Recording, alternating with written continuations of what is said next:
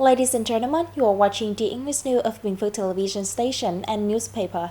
I'm the Wang and now are the headlines as usual. Farmer movement creates momentum for socio-economic development.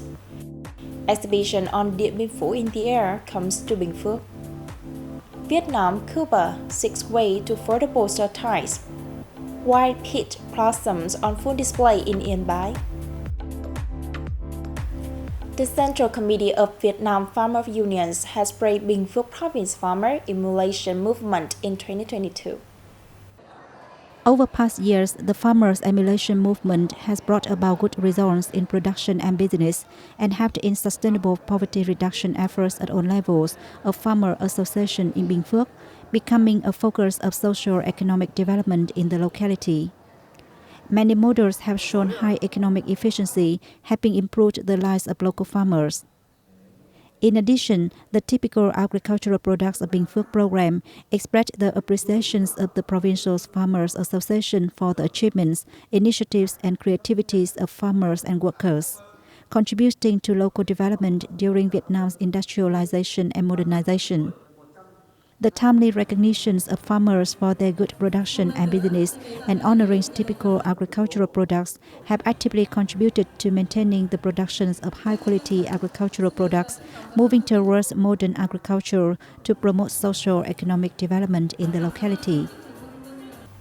The Bình Phước Provincial Museum has coordinated with National Archives Center No. 2 to hold an exhibition with the theme From Điện Biên Phủ in the Air to the Paris Peace Agreement to celebrate the 78th anniversary of the founding of the People's Army of Vietnam, 50 years since the Điện Biên Phủ in the Air victory in Hanoi, and 50 years since the signing the Paris Peace Agreement in Lộc Ninh District.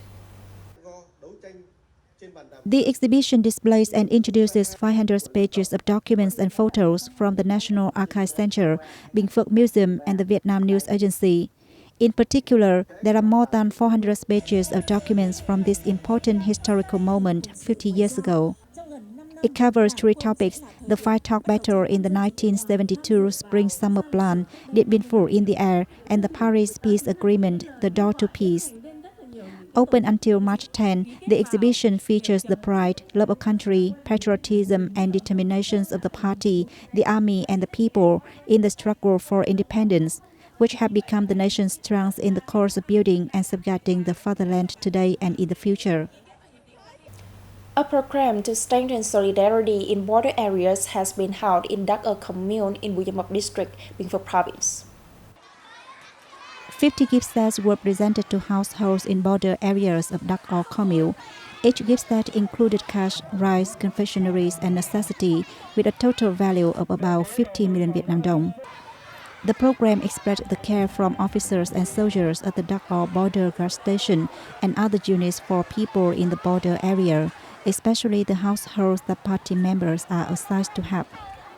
It also presented officers and soldiers at the Đắc border guard station with one youth project, 20 sets of bunk beds, 100 pillows, and 100 electric fans, with a total value of more than 100 million Vietnam dong.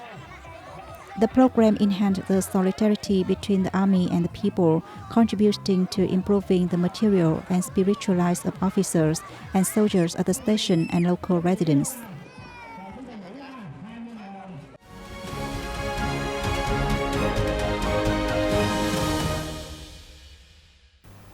Now let's take a look at the top stories around the country.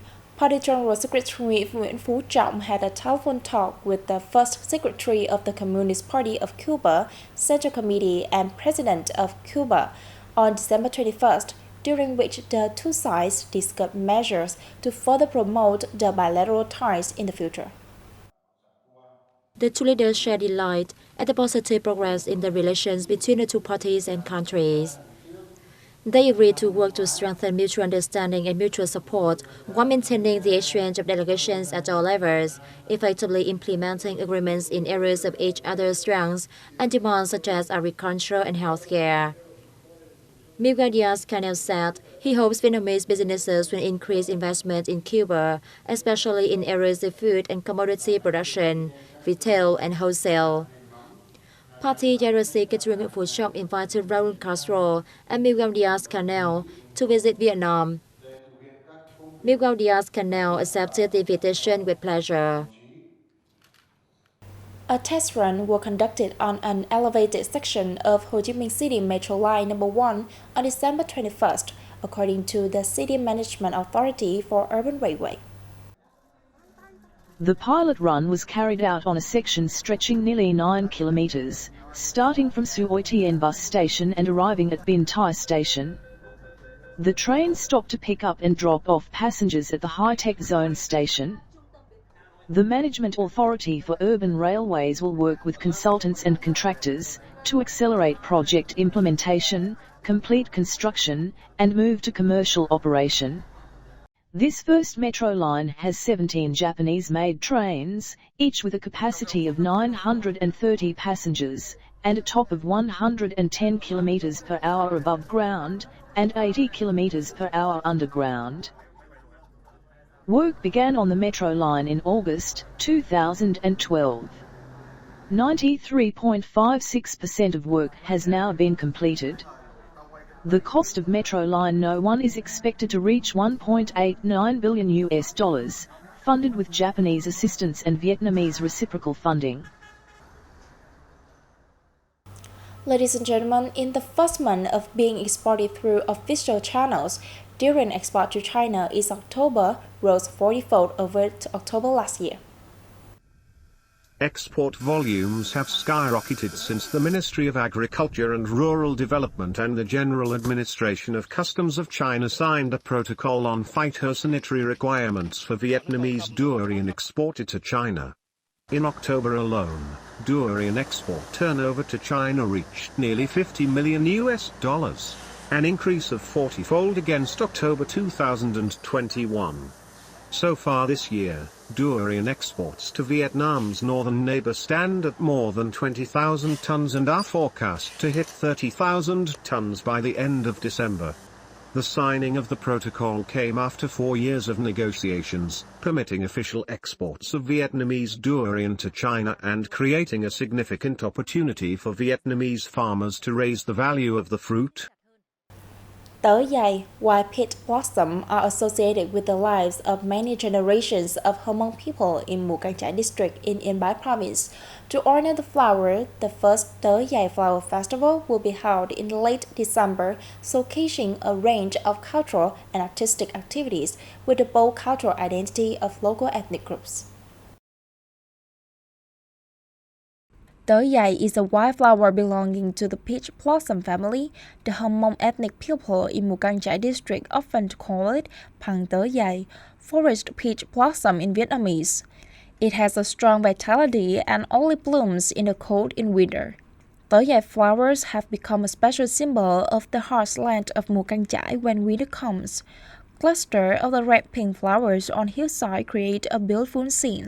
When the flowers bloom from mid-December to the end of January and blanket the local area in red-pink, a most beautiful time to visit Mù Cang Chải. The flowers are also a symbol of spring and new crops and have become a popular tourist attraction over recent years. The blooming seasons for Tớ dày flowers not only adds an alluring feature to the local scenery, but also contributes to attracting more visitors. A range of activities will be held during the festival, including musical performances, photo exhibitions, and folk games. That's all for today on BPTV News. Thanks for your watching and see you next time.